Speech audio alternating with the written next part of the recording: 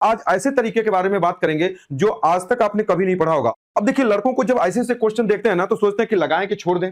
बात समझ गए? क्योंकि वो सीधे सीधे डाटे वाले क्वेश्चन लगाए होते हैं, तो जैसे ये टेढ़े टेढ़े क्वेश्चन दिखते हैं ना तो उनको छोड़ने का मन करता है। मैं आपको बताऊं कि जैसे ये डाटे है, अगर जैसे फ्रैक्शन में देता है ना तो वो क्वेश्चन उतना ही क्या होता है, आसान होता है। अगर ये बात करा कि यदि एक्स एक कार्य को 144 दिनों में पूरा कर सकता है, वाई उसी कार्य को 240 दिनों में पूरा कर सकता है और जेड उसी कार्य को 320 दिनों में पूरा कर सकता है। यदि एक्स वाई और जेड कार्य पूरा करने के लिए एक साथ कार्य करें तो कह बताओ उन्हें कार्य पूरा करने के लिए कुल कितने दिनों की आवश्यकता होगी। देखिए, किसी भी व्यक्ति का अगर टाइम निकालना होता है, जैसे अगर आप कहेंगे कि एबीसी तीनों मिलकर कितने दिन में काम करेंगे, तो आप यही वाली बात लिखते हैं कि एबीसी तीनों का टाइम क्या होता है, तो आप कहेंगे ऊपर क्या होता है, वर्क होता है। तो वर्क क्या होता है, तो आप कहोगे सर यह एक तरीके का एलसीएम होता है। अब बटे क्या होता है, नीचे इनकी एफिशिएंसी होती है।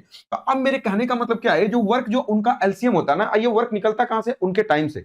तो बस आपको यह चीज ध्यान देना होता है ना कि एलसीएम ऊपर होता है, बस इन्हीं ऑप्शन में से आपको ढूंढ के निकाल लेना है। कैसे निकाल लेना है, जैसे अगर मैं बोलूंगा कि यही टाइम होता है 144 है और आप कहोगे सर दूसरा वाला कितना है, 240 है और यहां 320। जैसे अगर आप ये जीरो देखोगे ना तो आप तुरंत कहोगे कि सर अगर कोई किसी भी संख्या के लास्ट में जीरो है तो उसका जब एलसीएम आएगा तो उसका जो लास्ट डिजिट होगा वो कितना होगा, जीरो। यानी आप समझ गए, जो एलसीएम आने वाला है उसके ऊपर वो कितने आने वाला है, तो जीरो आने वाला है। अब नीचे क्या होगा हमसे उससे मतलब नहीं है, तो बस यहां देख लो इसमें किसमें है।